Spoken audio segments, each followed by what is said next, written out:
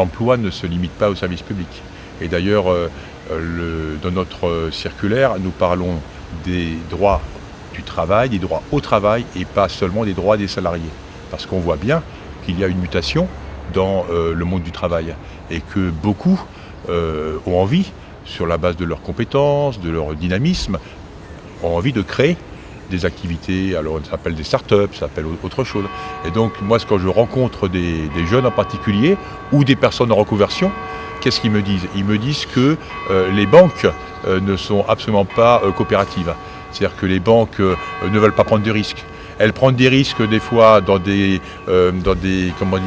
initiatives des très grandes entreprises.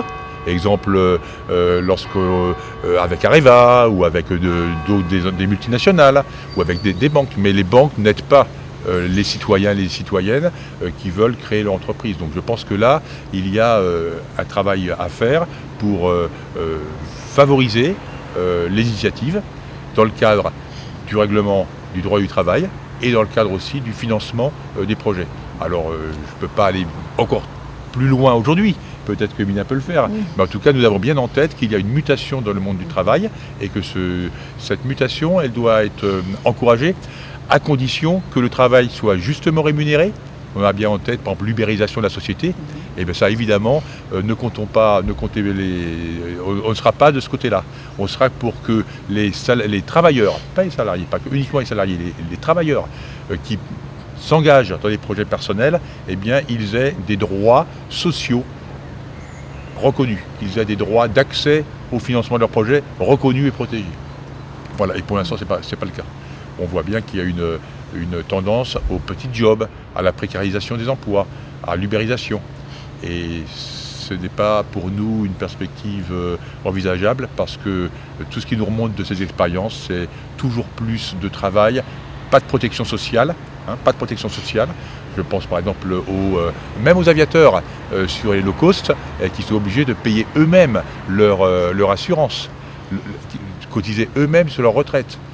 Voilà, donc là, il faut sécuriser les parcours aussi professionnels de tous les travailleurs, pas seulement les salariés. Oui, donc je pense que depuis un certain temps, depuis Sarkozy plutôt, on a encouragé les jeunes, on a voulu de faire des jeunes des entrepreneurs.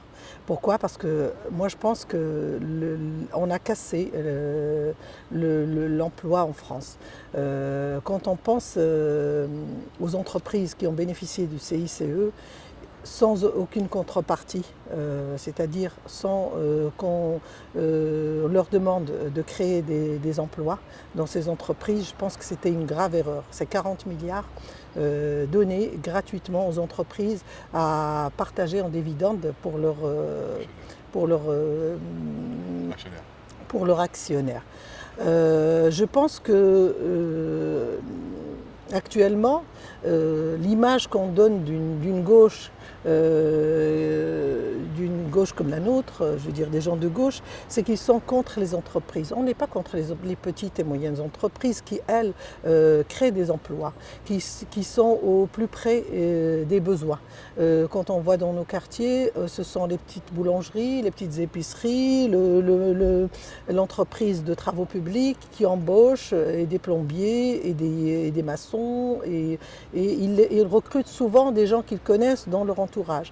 Moi, je pense qu'il faut encourager justement ces petites et moyennes entreprises quand elles prennent des jeunes du territoire et qu'ils les forment et qu'ils les embauchent. Moi, je pense qu'il faut les encourager au niveau fiscal. Moi, je suis pour qu'on les encourage au niveau fiscal et non pas qu'on encourage les grosses entreprises du CAC 40. Moi, je suis originaire du Maroc. Et j'ai vu Sarkozy donner des milliards à Renault, soi-disant c'est une entreprise, c'est un fleuron national.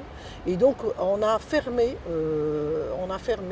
des ateliers de Renault et qu'on a transféré au Maroc. Les salariés, sachant que les salariés de Renault en France avaient un salaire moyen de 2 000 €, ce salaire a été réduit à 200 € au Maroc. Donc Ghosn, quand il a reçu l'argent, le lendemain les journalistes l'ont interrogé, ils ont dit donc vous avez reçu de l'argent, donc vous allez créer créer des emplois et il a dit texto qu'il s'est engagé en rien. Donc ils ramassent l'argent, ils vont ailleurs et ils font de l'esclavagisme, c'est-à-dire qu'ils vont exploiter d'autres peuples hein, avec des conditions de travail, avec un salaire moindre. Et moi je pense que c'est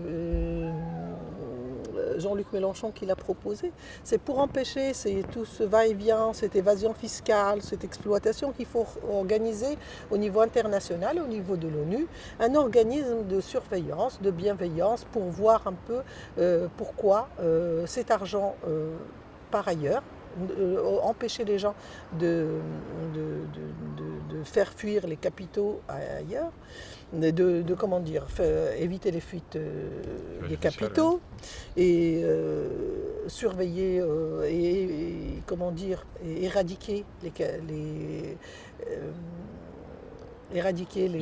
l'évasion fiscale et lutter contre tout ce trafic qui n'a aucun intérêt pour les gens qui sont à la recherche d'emploi.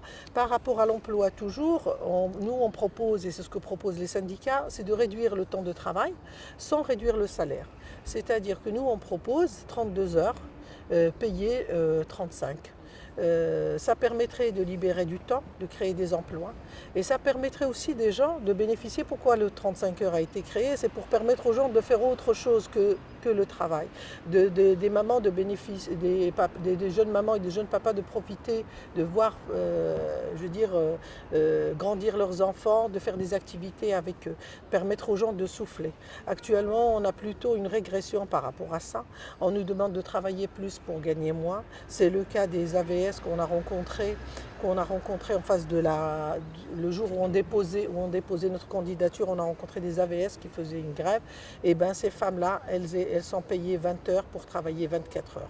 Donc régression au niveau des salaires, régression au niveau des conditions de travail, la pression mise sur les gens, la souffrance au travail. Et bien tout ça, nous, on dit non, stop, ça suffit. Et on voudrait des meilleures conditions de travail, un salaire décent. Et une augmentation du salaire bien entendu, et la formation continue, le droit de se former tout au long de son parcours. Voilà.